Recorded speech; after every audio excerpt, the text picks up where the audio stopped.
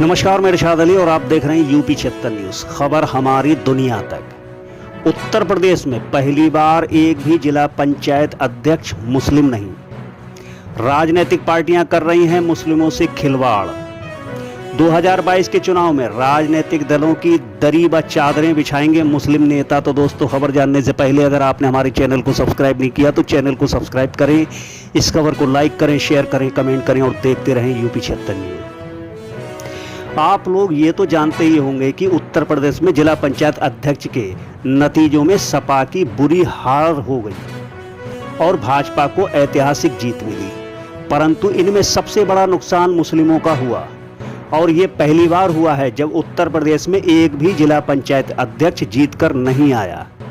ये बड़े शर्म की बात है कि मुस्लिमों के वोटों का दम भरने वाली समाजवादी पार्टी से भी जीते 5 जिला पंचायत अध्यक्ष यादव हैं।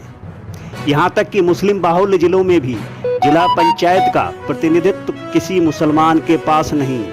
इसको लेकर मुस्लिमों में काफ़ी रोष है और इसको लेकर AIMI के राष्ट्रीय अध्यक्ष बैरिस्टर असदुद्दीन ओवैसी ने भी कई सवाल उठाए हैं। आपको जानकर बड़ा आश्चर्य होगा कि उत्तर प्रदेश में कुल 75 जिलों में से 75 जिला पंचायत अध्यक्ष की सीटें हैं।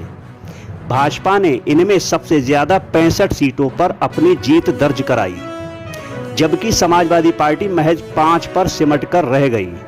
रालोद और राजा भैया की जनसत्ता दल को एक एक ही सीट मिल पाई और 3 सीट निर्दलीय के खातों में चली गई, जिसमें एक सीट जनपद फर्रुखाबाद की सपा से बगावत कर भाजपा से समर्थन मांगकर चुनाव लड़ा गया और भाजपा ने मौका देख तुरंत दांव खेलकर चुनाव जीत भी लिया। अब इसका भाजपा में जाना तय है। अब इस प्रकार भाजपा के पास 66 सीटें हो जाएंगी। आपको ये बताते चलें कि 2014 के लोकसभा चुनाव में भी पहली बार ऐसा हुआ था कि उत्तर प्रदेश से एक भी मुस्लिम सांसद जीतकर नहीं गया था। लेकिन हैरत वाली बात है, तब भी समाजवादी पार्टी को 5 सीटें मिली थी। सबसे हैरत वाली बात तो यह है कि 5 जीते सांसद यादव थे और मुलायम सिंह यादव जी के परिवार से थे। इस बार जिला पंचायत अध्यक्ष के चुनाव में भी सपा 5 सीटों पर सिमटकर रह गई, परंतु अब की सूरत हाल कुछ अलग है। मुस्लिम वोटों पर दावा करने वाली समाजवादी पार्टी ने 75 में से महज 3 टिकट मुस्लिमों को दिए और सबसे ज्यादा भरोसा यादवों पर दिया, जबकि मुसलमान यादवों से 2 गुने अधिक हैं। वहीं भाजपा ने सदी हुई सोशल इंजीनियरिंग की, जिसमें मुस्लिम प्रत्याशी फिट नहीं बैठे। हालांकि 5 ऐसे जिले हैं जहां भाजपा की जीत में मुस्लिमों का अहम योगदान है। कई मुस्लिम नेताओं व असदुद्दीन ओवैसी का आरोप है कि मंसूबाबंद तरीके से मुसलमानों को सियासी, आर्थिक और सामाजिक तौर पर दूसरे दर्जे का शहरी बना दिए जाने का आरोप लगाया है। उनका कहना है कि नई सियासी तदबीर अपनाए बिना मुसलमानों के मसाइल यानी समस्याओं का हल नहीं हो सकता। ओवैसी जी ने उत्तर प्रदेश में 100 सीटें जीतने का दावा किया है, जबकि मुख्यमंत्री योगी आदित्यनाथ ने ओवैसी का चैलेंज कबूल करते हुए कहा है कि 2022 में भाजपा की ही सरकार बनेगी। ओवैसी ने ट्वीट करके ये भी कहा कि उत्तर प्रदेश की एक सियासी पार्टी खुद को भाजपा का सबसे प्रमुख विपक्षी दल बताती है। जिला पंचायत के चुनाव में उसके 800 सदस्यों की जीत दर्ज की थी, लेकिन अध्यक्ष के चुनाव में मात्र 5 अध्यक्ष की सीटों पर ही उसकी जीत हुई है। ऐसा क्यों? क्या बाकी सदस्य भाजपा की गोद में बैठ गए हैं?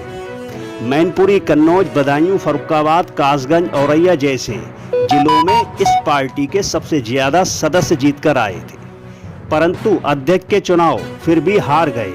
इन सारे जिलों में तो कई सालों से परिवार विशेष का दावा भी रहा है।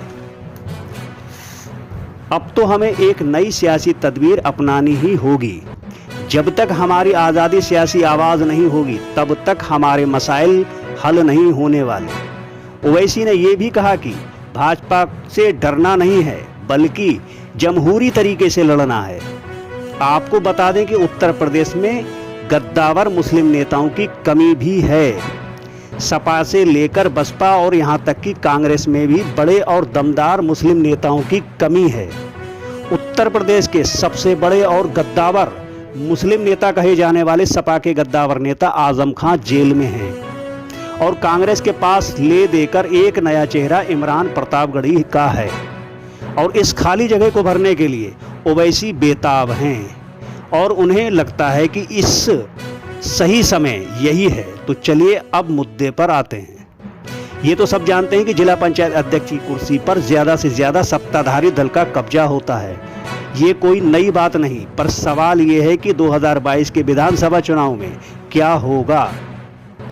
यदि भाजपा इसी सोशल इंजीनियरिंग के फार्मूले को लेकर मैदान में आती है तो सपा को अपना परंपरागत वोट बचाना भी मुश्किल हो जाएगा। ऐसे में मुस्लिम वोटों का भी बिखराव होगा। बिहार चुनाव की तरह बड़ी पार्टियों ने मुस्लिम उम्मीदवारों से परहेज करने पर विधानसभा में भी मुस्लिम प्रतिनिधित्व पर असर पड़ने से इनकार नहीं किया जा सकता। खबर आपको कैसी लगी कमेंट करके हमें ज़रूर बताएं और फर्रुखाबाद से एक कौन सा मुस्लिम प्रत्याशी होना चाहिए ये भी कमेंट करके हमें बताएं और देखते रहें यूपी 76 न्यूज़, क्योंकि हम जल्द लौटेंगे किसी दूसरी खबर के साथ।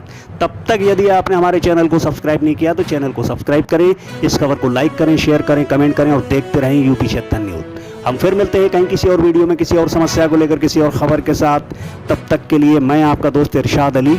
जय हिंद।